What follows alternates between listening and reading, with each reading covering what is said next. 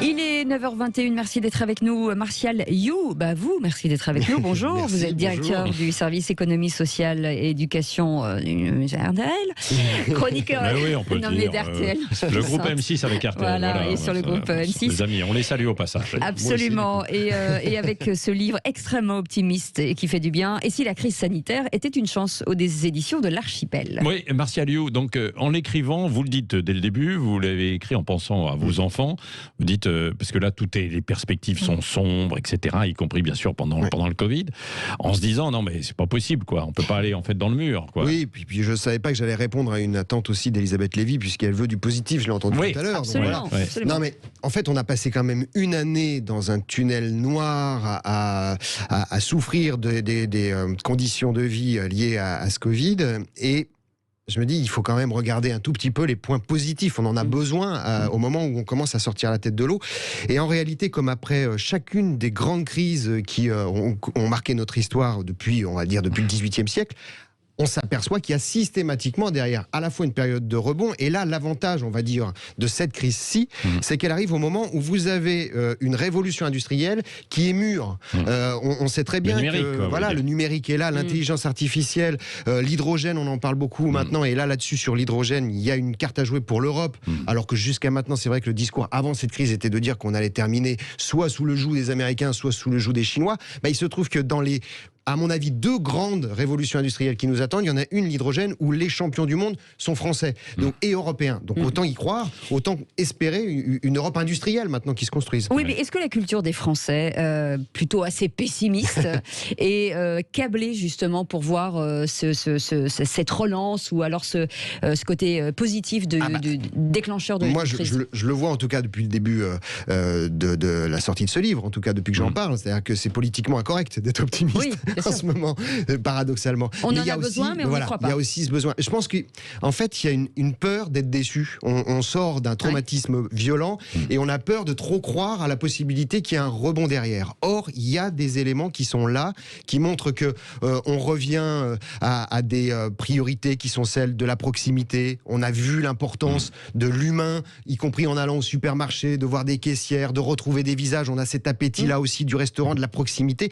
Tout ça, ce sont des valeurs qui constituent un formidable potentiel de rebond derrière. Oui, mais on a vu qu'il fallait quand même aussi gagner en expertise. Et on va manquer aujourd'hui d'experts. Alors, bien sûr, moi, ce livre-là, c'est pas des lunettes roses non plus. C'est-à-dire, il ne s'agit pas de se dire tout va être formidable. Oui, quand on regarde, c'est ce qu'on appelle une période schumpeterienne. Schumpeter, c'est un économiste qui nous a appris que on commence par détruire pour ensuite construire. Et là, c'est vrai que quand on regarde les chiffres, les rapports des différents organismes économiques mondiaux, il y a sans doute 115 millions d'emplois qui vont être détruits dans les prochains mois à cause de cette crise et des conséquences sociales de cette crise. Dans le monde, pas forcément en Europe.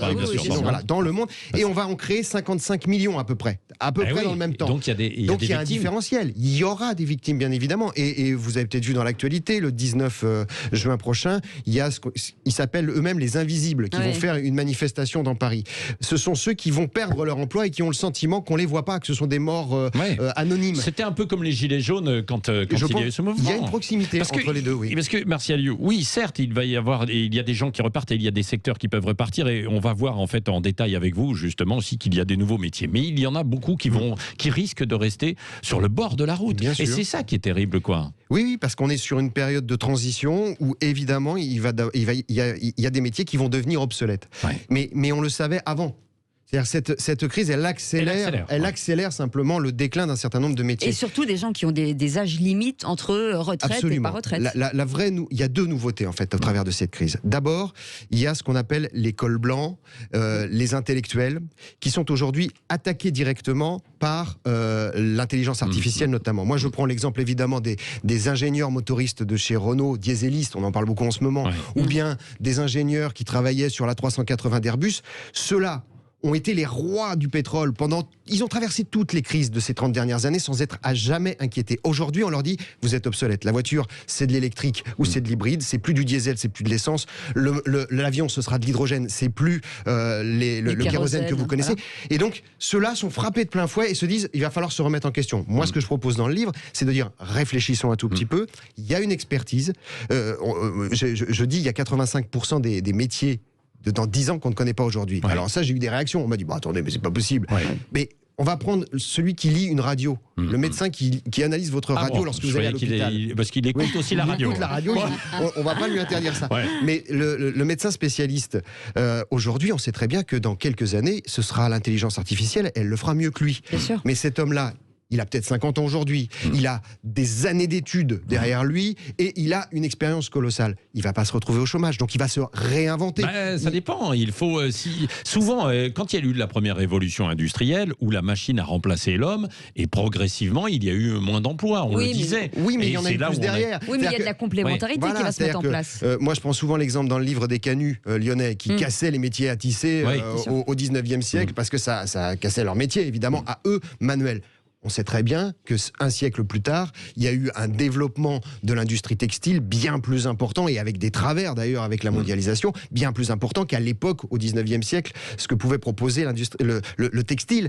Donc il y a forcément de la création derrière. La difficulté, c'est de prendre de plein fouet le ralentissement qui s'annonce et de se réinventer. Oui. La deuxième chose juste qui est vraiment essentielle dans cette crise qu'on est en train de vivre et donc dans son rebond derrière, c'est que pour la première fois, vous n'allez pas avoir forcément de la transmission des anciens vers les plus jeunes sur un métier. Ouais. Depuis 150 ans, évidemment, c'est les vieux qui apprennent aux jeunes. Et puis après, les jeunes réinventent un peu le métier. Donc ça veut dire qu'on va perdre un certain héritage. Exactement. Là, il y a un conflit de génération. Oui, c'est vrai. Parce que les jeunes vont inventer des métiers que leurs aînés ne connaissent pas encore. Ouais. Et donc ça va créer une nouveauté aussi. Et ce qui est assez passionnant, parce que vous décrivez quelques futurs métiers qui vont exister, hein, c'est parce qu'on ne les connaît pas tous, quoi. Mais c'est qu'il faut peut-être revoir aussi notre système en fait de formation et d'orientation. Oui. Puisque vous parliez en fait de vos enfants, comment les orienter aujourd'hui? Or là, on est complètement défaillant, nous, en France aujourd'hui. Alors on a un système qui est, non mais on peut le dire, qui est nul. Alors, franchement, non mais attendez, non mais si, il faut dire en fait, parlons vrai sur ce radio, globalement on n'est pas à la hauteur, on le voit, et quand vous discutez avec des gens de l'éducation nationale, ils vous le disent, on a du mal à s'adapter. Là aussi, il faut se réinventer, c'est-à-dire moi c'est ce que j'explique aussi dans le livre, c'est que je pense qu'il faut donner plus de part à l'apprentissage, c'est quelque chose qui réussit très bien chez les Allemands, chez les Suisses, c'est-à-dire que la filière d'excellence, c'est celle de l'apprentissage, on passe par l'entreprise plutôt que d'avoir un bac comme on le fait chez nous, et qui est le sésame chez nous, c'est le bac, chez eux c'est de savoir faire son métier et de l'apprendre sur le terrain. Oui, mais il y a un autre problème, c'est que vous parlez du numérique. Le numérique, c'est très genré aujourd'hui. Il y a très peu d'accès, enfin les femmes n'y vont pas beaucoup, donc là aussi le travail des femmes va être un souci. Oui. Alors moi je pense que là-dessus il y a des réflexions, c'est le premier chapitre du livre, c'est-à-dire qu'aujourd'hui la nouveauté, c'est que on a des attentes en termes d'environnement et en termes de société, y compris chez ceux qui financent les entreprises, ce qu'on appelle les fameux fonds d'investissement qu'on décrit souvent beaucoup. Là, dans les années qui viennent, ces grands fonds vont injecter à peu près, ce sont les estimations, 7500 milliards dans les entreprises. Alors ça ne veut rien dire ni pour vous ni pour moi, mais c'est énorme. Et la condition sine qua non pour investir dans les entreprises, et vous entendez Total qui dit on va être neutre en carbone à l'horizon 2050, vous entendez tout un tas d'entreprises qui ont un discours environnemental. Pourquoi ? Parce que précisément de ce discours et de cette volonté industrielle dépend aussi leur avenir économique. Absolument. Et leur financement. Et je pense que ça va aussi faire monter en puissance les femmes au travers de critères au sein des entreprises. C'est important, évidemment. Et ben voilà, encore une bonne nouvelle. Restez avec nous, 0826 300 300, on revient dans un instant. Vous voulez poser des questions à Martial You. Petit, aujourd'hui, livre plutôt très intéressant. Oui. Et si la crise sanitaire était une chance? Est-ce que vous êtes d'accord avec lui? Est-ce qu'il a une vision résolument optimiste, trop optimiste? Est-ce qu'au contraire, vous avez le sentiment qu'il y a des secteurs qui vont avoir beaucoup de difficultés et des populations, bien sûr? Et puis l'émergence de la Chine, tiens, et la nouvelle géographie aussi du monde du travail. Est-ce que ça va continuer ce mouvement de repartir un petit peu dans des endroits en région, etc. On en parle dans un instant. Nous sommes ensemble jusqu'à 10h. Vous avez raison. Le Grand Matin Sud Radio, 7h-10h, Patrick Roger, Cécile de Ménibus. Il est 9h34, vous voulez du positif, on en a pour vous avec Martial You qui est avec nous. Et si la crise sanitaire était une chance aux éditions de l'Archipel, on parlait des métiers qui vont être amenés à changer, mais le statut aussi des salariés va être amené à changer. Oui, c'est-à-dire qu'il va y avoir, moi j'appelle ça les survivalistes du travail, c'est-à-dire que la génération Z, qui est celle qui arrive sur le marché du travail, c'est la génération zigzag. C'est-à-dire que par rapport à celle de nos parents ou par rapport à la nôtre, on voit bien qu'il va y avoir une multitude de possibilités de travail, voire de possibilités de gagner de l'argent en même temps. Ça va être beaucoup plus fractionné et avec un opportunisme par rapport à ce qui se présente comme possibilité de travail. Alors évidemment, c'est instable. Ouais. C'est-à-dire qu'on l'a vu après 2008, qu'est-ce qu'on a vu apparaître comme type de métier, et on les a vus dans toutes les rues ces dernières semaines avec le confinement, c'est les Deliveroo, c'est les Uber Eats, et c'est les chauffeurs VTCistes. Et ça, évidemment, ce sont des statuts, quand on regarde aux États-Unis, vous avez pratiquement un salarié sur deux, enfin une personne sur deux qui est indépendante. Donc on va vers sans doute un là, peu moins de CDI. 90% de CDI Oui, pour l'instant, c'est à peu près ça l'ordre d'idée. On est dans un système en France très protecteur et on sent bien que ce système-là est sans doute en train de se fracturer pour laisser la place alors à des opportunités, mais ça va nécessiter une espèce d'énergie permanente. C'est ce que j'appelle le soliste, c'est-à-dire qu'il faut à la fois travailler, être efficace dans son travail, et pour être efficace dans son travail, y compris face aux machines, il faut s'entraîner à côté. C'est-à-dire que voilà, le soliste, il est bon. Et ça, c'est extrêmement, extrêmement difficile parce que évidemment, dans l'absolu, oui, on se dit bon, c'est possible, etc. Dans la réalité, c'est compliqué parce qu'il y a tout le système d'accompagnement. Les banques ne vous feront pas confiance si vous n'avez pas en fait un certain statut, bien sûr. C'est tout. Tout arrive en fait derrière. Bien sûr. Et pas de protection en fait derrière.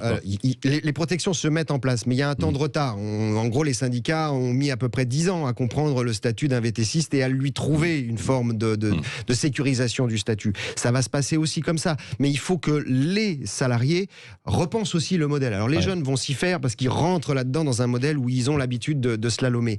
Les plus âgés, eux, doivent se dire qu'ils ont une expérience qui peut être valorisée ou valorisable. Et y compris lorsque vous avez des grands cadres de grandes entreprises, on l'a vu notamment avec la réforme de chez Danone il y a quelques mois, il y a beaucoup de grands cadres de chez Danone qui sont mis sur le côté.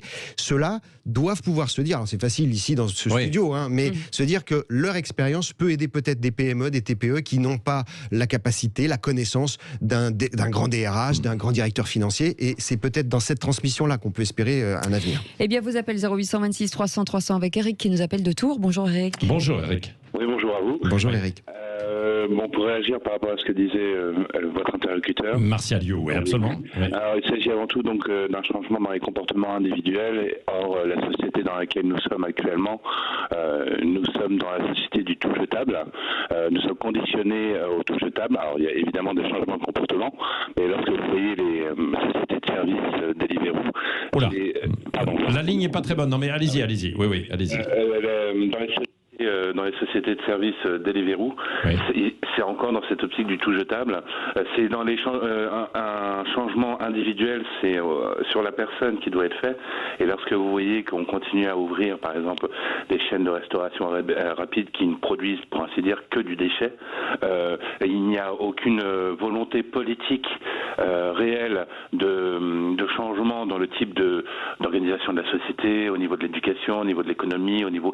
C'est là encore, même là, à ce niveau-là, au niveau de l'économie, on est dans l'ère du jetable. C'est-à-dire la déconstruction du droit du travail, la déconstruction de la protection sociale. Donc, c'est-à-dire que on devient des Kleenex.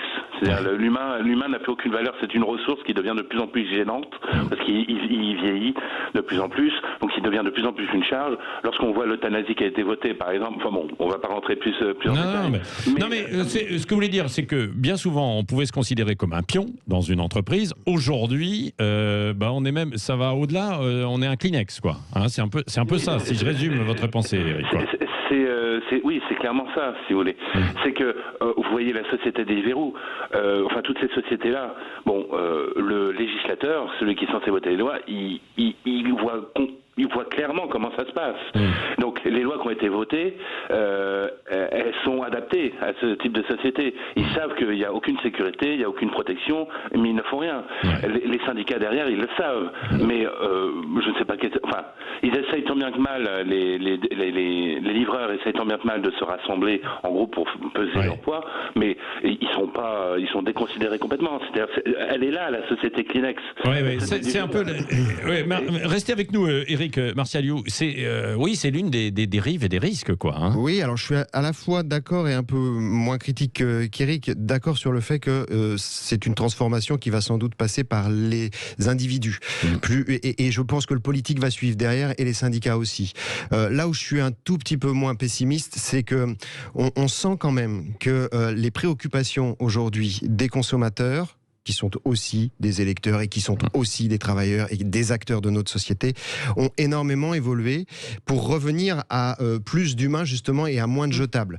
C'est vrai, je vais prendre un exemple tout bête, mais vous savez quel est le 3e site de e-commerce en France aujourd'hui ? C'est Vinted. Oui, et Vinted, des pays nordiques. Voilà, ouais. Vinted fait son succès en revendant des produits de deuxième main. On connaît le succès en France de Le Bon Coin également.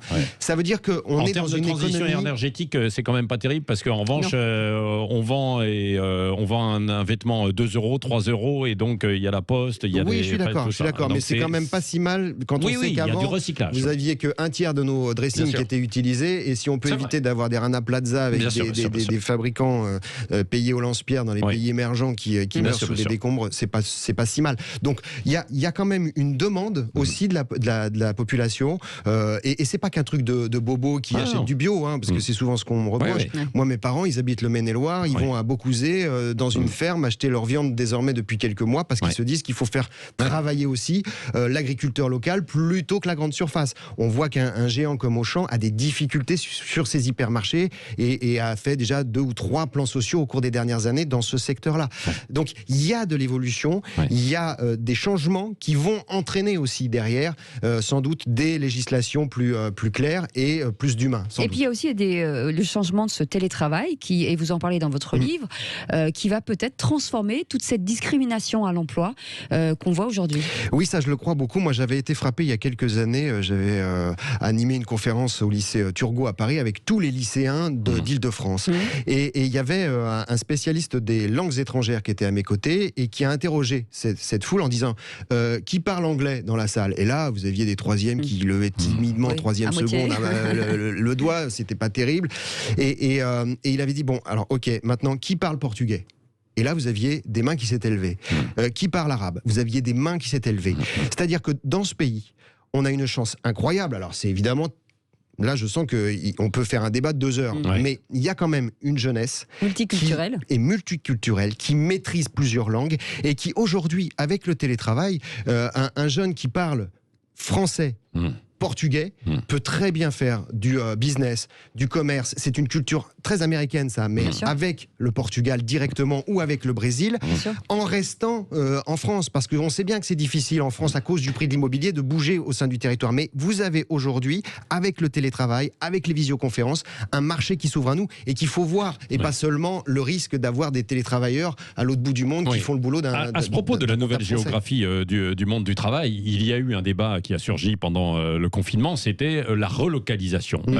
Il y a quelques années, on disait non, mais en France, il n'y a plus besoin d'usines, etc. On aura uniquement des cols blancs. Quand vous parliez à ces gens-là, vous dites, bah oui, mais d'accord, mais on ne va pas pouvoir employer tout le monde comme ça. Vous dites, non, il n'y a pas de problème. Bon, on s'aperçoit que ça ne marche pas. On ne peut pas y arriver sur un si grand pays. Je pense même qu'on revient en arrière là-dessus. Est-ce que c'est un leurre, cette relocalisation, véritablement, ou est-ce que c'est en train de se faire ? Il y a 2 choses. La relocalisation, on en a beaucoup parlé pour les médicaments, c'est-à-dire relocaliser des usines qui fabriquent de l'aspirine, c'est complètement idiot. C'est-à-dire ça n'a aucun sens, ça ne sera jamais rentable, donc ça on oublie, et le discours politique qui irait dans ce sens-là n'est pas très crédible à mes yeux. En revanche, lorsque on voit que du côté de Belfort, qui a été un peu, pour moi, un des symboles de la désindustrialisation française ces dernières années avec Alstom, avec General Electric, Belfort va accueillir dans quelques mois maintenant la première usine hydrogène de France. Ça va créer 500 emplois sur place. Ça va créer des emplois en Italie, ça va créer des emplois en Allemagne. Vous avez l'État français, l'État allemand qui mettent 17 milliards sur l'hydrogène. Là, d'un seul coup, vous reconstituez une filière industrielle qui se base sur un savoir-faire local. On pourrait prendre toute la stratégie automobile électrique où on voit que le Nord est en train d'attirer les entreprises de batterie et la stratégie de Renault ou de PSA. Vous voyez, on est en train de reconstituer quelque chose. C'est pour ça que je dis que c'est une révolution industrielle, mais sur des nouveaux métiers. Et là, c'est pas de la relocalisation, c'est de la localisation. C'est d'arrêter de se dire que peut-être ce serait un tout petit peu moins cher si on le faisait au Pakistan ou dans un pays d'Amérique du Sud. C'est de se dire que le savoir-faire, on l'a localement, on peut le valoriser parce que on peut y vendre plus cher ces produits-là.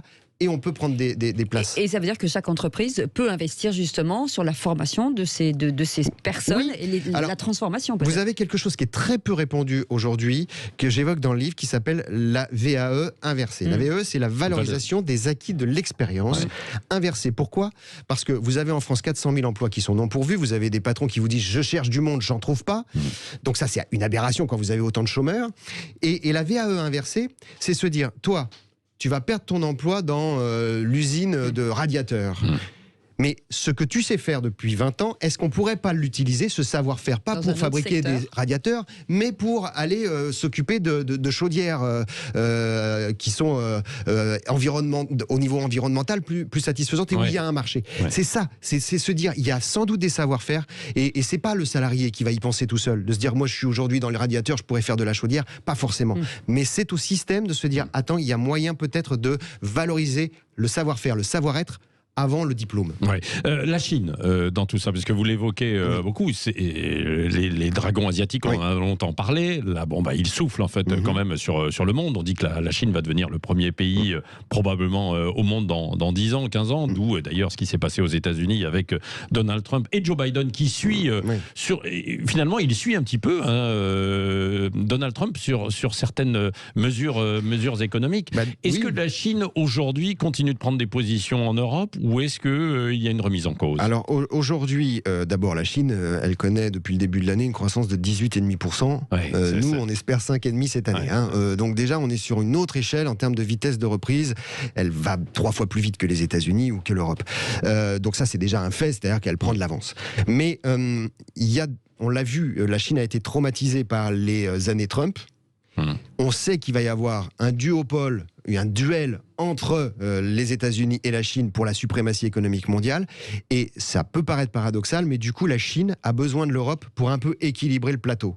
C'est-à-dire qu'en réalité, ce qu'on oublie, nous, Européens, c'est qu'on a un pouvoir d'achat, on a un savoir-faire qui est plus élevé que les États-Unis ou que la Chine. Donc on a en fait, les Européens achètent les produits chinois ou les produits américains. Et donc on est un marché, non pas de conquête pour pouvoir nous asservir, moi je ne le crois pas, mais au contraire pour essayer d'équilibrer les rapports de force. Et si l'Europe n'est plus capable de jouer son rôle face à la Chine ou aux États-Unis, en réalité tout le monde perd.